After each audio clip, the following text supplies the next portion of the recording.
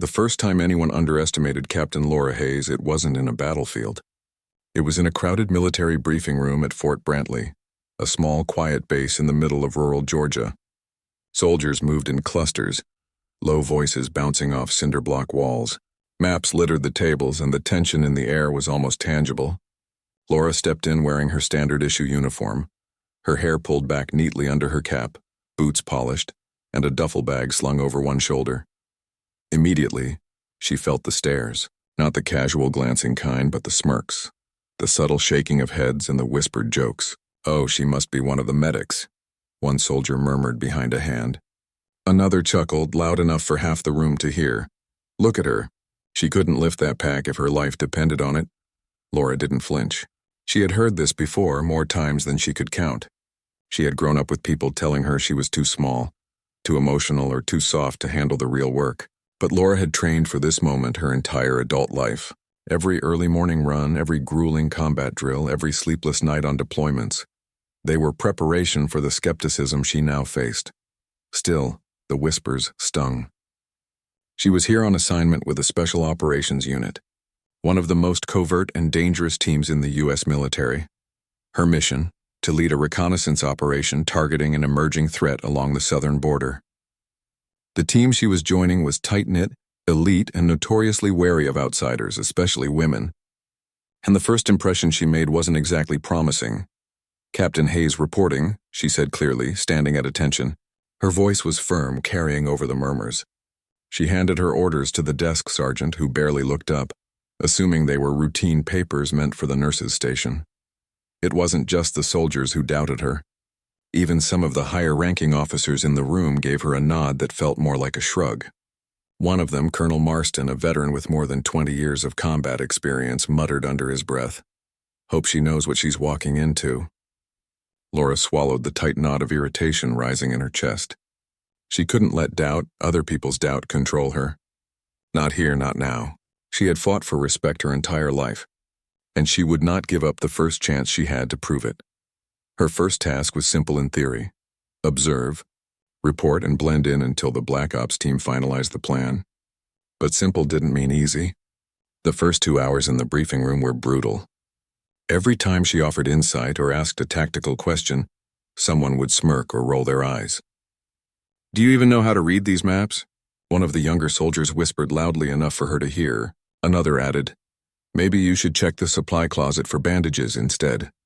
But Laura's eyes didn't waver from the map spread out before her. She memorized every route, every potential hazard, every escape point.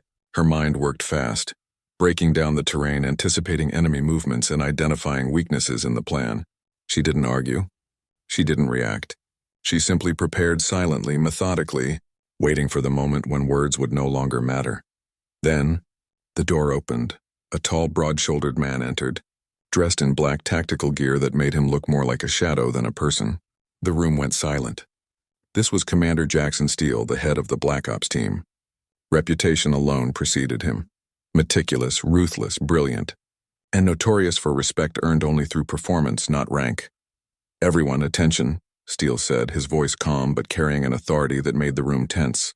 Laura straightened, heart pounding, not from fear but from the awareness that this was the moment that could define her. Steele's eyes scanned the room like a hawk. When they landed on her, there was a pause, a fraction of a second too long. "Captain Hayes?" Steele asked, his tone neutral, almost questioning. "You're here for this operation?"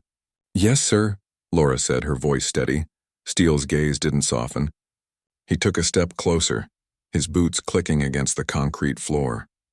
The soldiers around her shifted uncomfortably, sensing the unspoken tension. Steele didn't move away.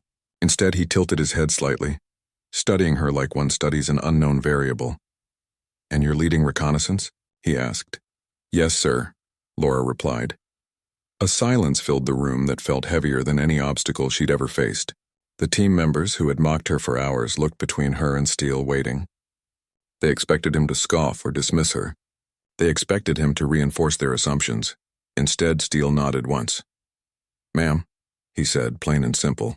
2 words that carried more weight than any medal or promotion. It was a small moment, almost invisible, but it hit the room like a shockwave. The soldiers who had whispered and laughed now looked at her with a mix of shock, confusion, and finally, respect. Laura felt a flicker of vindication but kept her composure. She knew this was just the beginning. The real test hadn't even started. The next days were brutal. The Black Ops team was relentless. The training simulations pushed her to her limits. Night maneuvers in dense forests, urban raids with live fire drills, endurance tests that left her hands blistered and muscles screaming. Every moment she could feel the team watching, measuring, judging. And every moment she proved herself, stepping forward when they hesitated, calculating risks they overlooked, and taking action without hesitation. But it wasn't just the physical challenge. It was the constant scrutiny, the quiet skepticism that followed her even in victory. Every time she executed a maneuver flawlessly, someone muttered that it was luck. Every time she led the team successfully, someone noted that she had help. Every small success came with an invisible weight. She had to do more, prove more, achieve more, just to be considered equal. At night, lying on the cold floor of her barracks, Laura thought about the life she had chosen. She remembered her mother who had told her, "People will always doubt you, Laura, but they can't stop what you are capable of." She thought about the training officers who had laughed when she said she wanted to join special operations. She remembered the countless nights she had spent running until her lungs burned, lifting weights until her arms trembled, drilling until her body ached.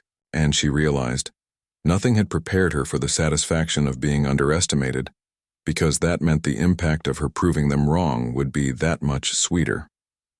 Then came the first field exercise. Laura was in position at a ridge overlooking a mock enemy encampment, binoculars pressed to her eyes. The team's mission: gather intel, identify threats, and relay precise coordinates for the strike.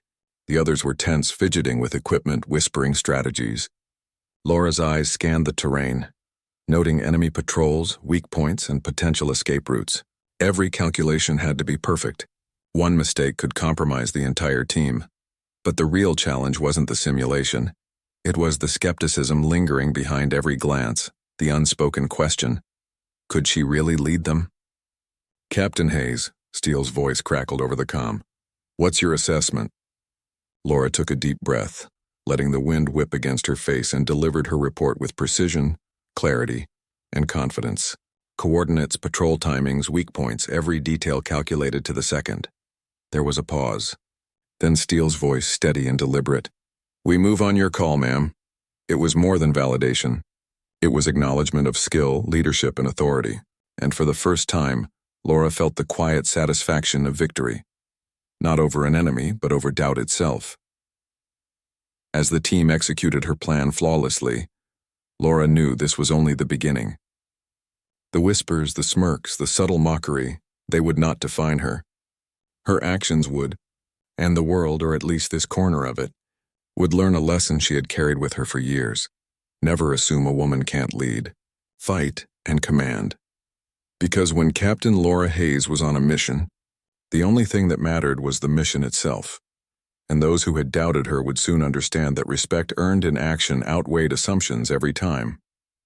But as she returned to the base that night, bruised, exhausted, and exhilarated, Laura sensed something stirring, something far bigger than a training exercise. A real mission loomed on the horizon, one that would test everything she had fought for and demand every ounce of courage, skill, and resolve she possessed. And this time there would be no margin for error. The soldiers who had mocked her before, they would remember this night forever. And Laura, she was just getting started. The sun had barely risen over Fort Brantley when Captain Laura Hayes found herself standing at the edge of the base, staring at the convoy of tactical vehicles lined up and ready. Dust swirled in the early morning light, and the smell of diesel mixed with the crisp air. This was no simulation. This was the real world, and for the first time the weight of command pressed fully on her shoulders.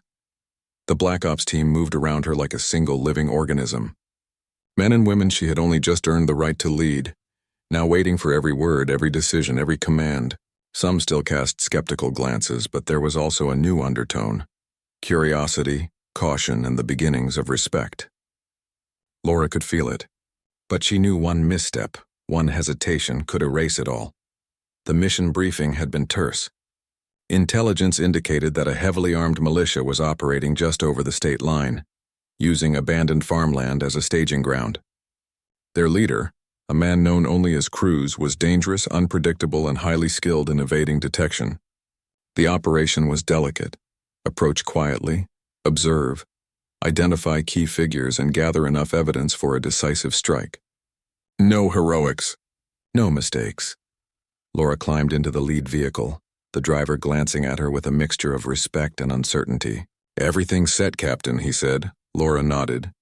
Her fingers tapped lightly against the console as she scanned the road ahead, the surrounding woods and the distant hills. Every nerve in her body was alert, every sense heightened. The whispers, the mockery of the past days had faded into a single focus: the mission. The convoy moved out, engines rumbling, dust trailing behind like a cloak of tension. For the first hour, everything was quiet, too quiet. Laura felt the familiar surge of anticipation and unease, the calm before the storm. She glanced at the men and women in the vehicle, noticing the subtle signs of fatigue and doubt. She knew she had to keep them steady. "Eyes sharp," she said, voice calm but authoritative. "This is the real deal. Every detail matters." The team nodded, a silent affirmation of trust that had taken days to earn. Then it happened, a sudden movement in the tree line to their right. A figure darting from one bush to another carrying something that glinted in the sunlight. The convoy halted immediately. Adrenaline surged through Laura as she scanned the area, noting the trajectory, the cover, the potential threat. 2:00, 50 meters, she called out. "He's moving fast, light arms only. Don't engage unless he makes contact." The team froze for a split second, waiting for her command. Then in perfect unison, they followed her instructions, moving silently, positioning themselves to intercept without revealing their presence. Laura's heart pounded, but she didn't flinch. Every second mattered, every decision precise. When the figure finally broke into the clearing, she recognized the militia insignia immediately. This was no random scout, this was an advanced operative, trained, dangerous. "Hold your fire. Now," she whispered, and the team obeyed flawlessly. Her eyes tracked the man as he disappeared into a small outbuilding. The intelligence was clear. The structure contained supplies and communications equipment critical to Cruz's operations. Laura turned to Steele, who had been observing silently from the second vehicle. He raised an eyebrow, a silent question. "Your call, ma'am." Her mind raced. She could order a direct raid, but that was risky. She needed evidence, not casualties, at least not yet. She needed a plan that minimized risk while achieving the objective. "Split teams," she said decisively. 2 enter from the west. 2 cover the perimeter. We move fast, quiet, clean. I'll lead the entry." The team moved into position, each soldier executing their role perfectly. Laura's voice guided them like a compass through the chaos, her calm presence anchoring everyone. But the closer they got to the building, the heavier the tension became. Every step could trigger an ambush. Every sound could mean disaster. When they reached the door, Laura signaled with a subtle hand motion. The entry team advanced, rifles ready, hearts hammering. She took a deep breath, feeling the familiar surge of focus and adrenaline. Then she kicked the door open. Inside, the room was dimly lit, cluttered with crates and equipment. The operative inside froze, hands in the air, startled by the sudden appearance of the team. Laura didn't hesitate. She stepped forward, weapon steady, eyes locked on the man. "Step aside," she commanded, her voice cutting through the tension. The operative obeyed, realizing the gravity of the situation. The evidence they needed, documents, radios, and detailed maps, was scattered on tables and in crates. Laura's team moved quickly, securing the items and preparing for extraction. But just as they were about to leave, a loud explosion rocked the building. Dust and debris filled the room. Laura hit the floor instinctively, pulling the team with her. The militia had been waiting. They had set traps, anticipating intrusion. Bullets ricocheted off the walls. Shouts echoed through the corridors. Laura's heart raced, but her mind stayed sharp. She gave precise, rapid commands, coordinating cover fire, securing the team, and directing the extraction route. For the first time, some of the doubters truly saw her in action. She wasn't just following orders. She was leading, thinking 10 steps ahead, keeping everyone alive under fire. Hours felt like minutes. The team fought, moved, and adapted under Laura's direction. And when they finally emerged from the building, dragging the captured operative and securing the evidence, the sun was dipping below the horizon, casting long shadows over the field. The team was shaken but intact. Exhausted, covered in dust and grime, they looked at Laura with a new expression. Not surprise, not skepticism, but respect. The whispers had vanished, replaced by nods, silent acknowledgments, and the quiet understanding that she had earned her place. Steele approached her, his face serious but not unkind. "You did well today, ma'am," he said, his voice low enough that only she could hear. No smirk, no hesitation, just acknowledgement. Laura allowed herself a small, exhausted smile. It was a victory, yes, but not the final one. The mission had been successful, but the real test, the one that would define her legacy, was still ahead. That night, back at base, Laura sat alone in her quarters, reviewing the evidence and planning the next steps. She thought about the team, the doubts she had overcome, the subtle, invisible battles that came with proving herself every single day, and she realized something. The mission was more than just capturing a target. It was about respect, about breaking down assumptions, and about showing the world that courage and skill weren't limited by gender. But as she reviewed the maps and reports, a chilling realization hit her. Cruz wasn't just a local threat. He had connections, resources, and intelligence that could extend far beyond this mission. What they had done today was only the beginning. The real danger was coming, and this time it wouldn't be a controlled exercise. It would be chaos, unpredictability, and life-or-death decisions that would test everything Laura had fought for. And she knew, with a clarity that left her breathless, that she would face it head-on, not because anyone believed she could, but because she knew she had to. The soldiers who had doubted her, they would learn quickly that Captain Laura Hayes was not to be underestimated. And when the next challenge came, they would see what she had always known. Courage, intelligence, and leadership were forged in action, not assumptions. Laura wasn't just leading a mission anymore. She was leading a statement. And the world, whether ready or not, was about to see exactly who she was. The days after the first operation were tense. Fort Brantley hummed with activity, yet Laura felt the weight of vigilance pressing on her shoulders. Intelligence reports came in piece by piece, each one painting a more dangerous picture. Cruz was no ordinary militia leader. His network stretched across state lines with arms, finances, and loyal operatives ready to strike at a moment's notice. Laura spent hours reviewing maps, analyzing patrol routes, and coordinating with Steele and the Black Ops team. Every decision carried risk, every delay could cost lives. She barely slept, and when she did, it was with one eye open in her mind. Meanwhile, whispers continued, though now more subtle, more calculated. Some soldiers, jealous of her rapid rise in respect and authority, began undermining her in quiet ways. Supplies would be delayed, reports misfiled, and false rumors spread about her decisions. Laura noticed, but she refused to let it distract her. She had faced mockery before. Now she faced something far more insidious: betrayal from those she was supposed to lead. It started small. One night, a patrol sent to survey a key area reported that the enemy had seemingly vanished.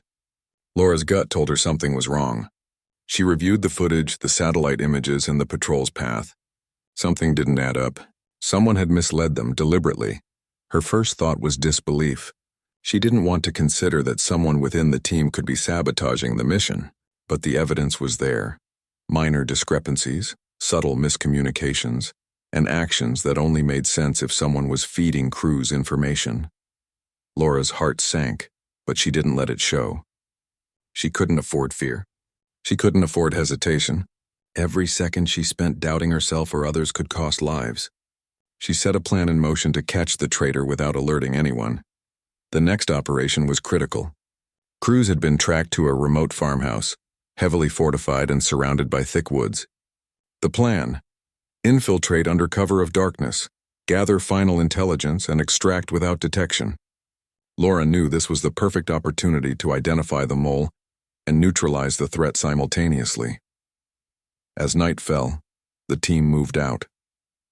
Laura led from the front, her presence a beacon of focus and confidence. Every movement was deliberate, every glance scanning the shadows. The forest was silent except for the crunch of boots on leaves and the soft hum of the night air. They reached the perimeter without incident.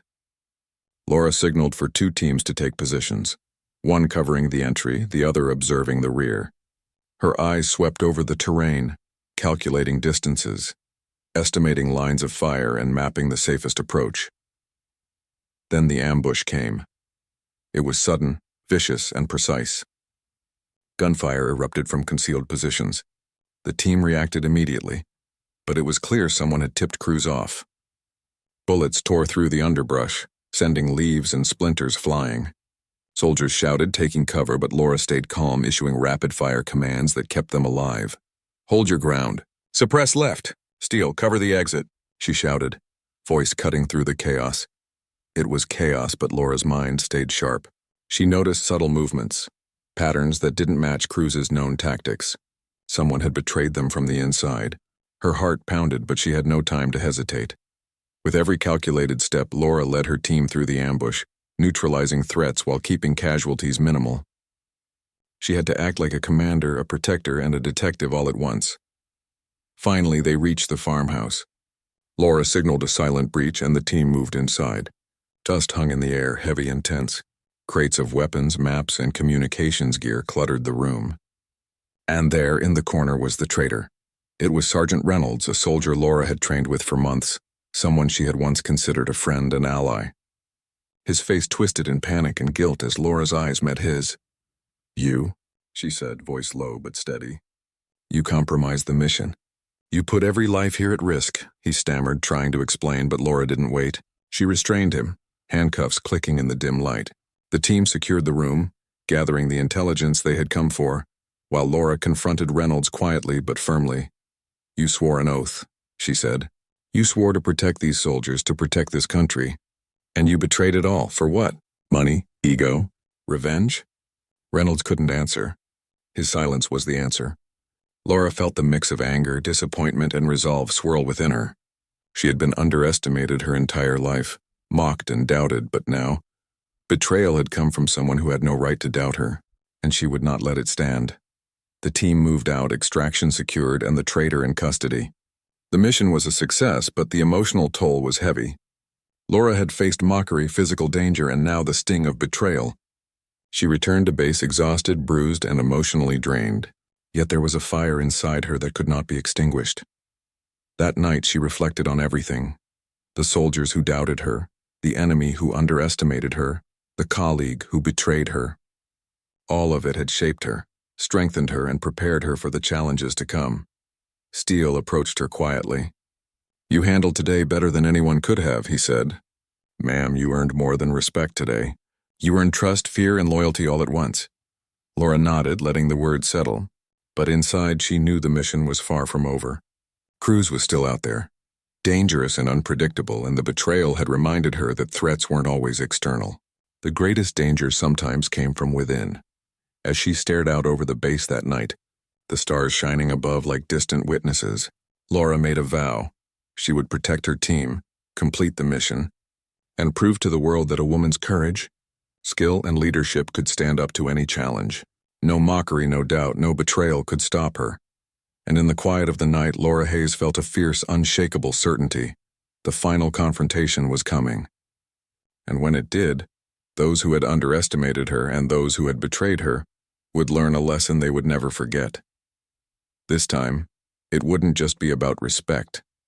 It would be about justice. The morning air was heavy with tension. Laura Hayes stood at the edge of a rugged ridge, overlooking the valley where Cruz and his militia had established their stronghold. The intelligence had been clear. Cruz was dangerous, ruthless, and calculating. He had avoided capture for years, leaving chaos in his wake. And now Laura had him within reach. But this mission was unlike any other. The stakes were higher, the risks greater, and the enemy more cunning. Every step, every decision would mean life or death, not just for her, but for the soldiers who now fully trusted her leadership. The Black Ops team moved like shadows behind her, silent, precise, ready. Every glance they cast at her carried respect. No more whispers, no more smirks. They had seen her skill, her courage, and her decisiveness. Now they followed her lead without hesitation, knowing that every command she gave could be trusted. Laura's mind raced, analyzing the terrain, the militia's positions, the patterns in their movements. Every variable mattered. Every small mistake could be catastrophic. She remembered the betrayal, the doubts, the mockery that had once surrounded her, and she let it fuel her, sharpen her instincts, and steel her resolve. Teams positions, she said, voice steady, unwavering. Alpha covers the ridge. Bravo flanks left. I lead the entry team. Move fast, move quiet, and watch each other's six. The teams nodded, and with a subtle gesture, Laura led the descent into the valley. The terrain was unforgiving. Rocky paths, hidden ditches, and thick vegetation that could conceal a sniper or a trap. Every step tested their endurance, but Laura's calm focus kept the group synchronized. Then, as they neared the compound, a single gunshot rang out. The world exploded into chaos. Bullets tore through the underbrush and shouts erupted from all directions. Laura dropped to one knee, scanning, calculating, and issuing orders with precision. Suppress left. Cover the rear. Steele, take point. The team reacted flawlessly. Laura moved with the grace of someone who had lived through impossible odds countless times. She wasn't just leading, she was orchestrating, thinking 10 moves ahead, protecting her team while closing in on the target. Finally, they reached the heart of the compound. Cruz himself emerged, flanked by heavily armed men. He smirked, confident, thinking he had the advantage. But Laura didn't flinch. She raised her rifle, eyes locked on him, voice calm but cutting through the chaos. Cruz, she said, steady and commanding. It's over. Surrender now and no one else gets hurt. His smirk faltered slightly, replaced by a flicker of surprise. He had expected a typical assault, not precision, strategy, and leadership from a woman he had never considered a threat. You? He spat, disbelief lacing his words. They sent a girl to take me down? Laura's jaw tightened. I'm no girl, she said. I'm Captain Laura Hayes. And today you face the consequences of every life you've destroyed. The standoff was tense, seconds stretching like hours. Cruz made a sudden move, lunging toward his men to order an attack. But Laura was faster. In a fluid motion, she signaled the team and the militia was neutralized before they could react. Cruz froze, realizing he had underestimated every factor: her skill, her team, and her unshakable determination. Laura advanced steadily, keeping her weapon trained on him.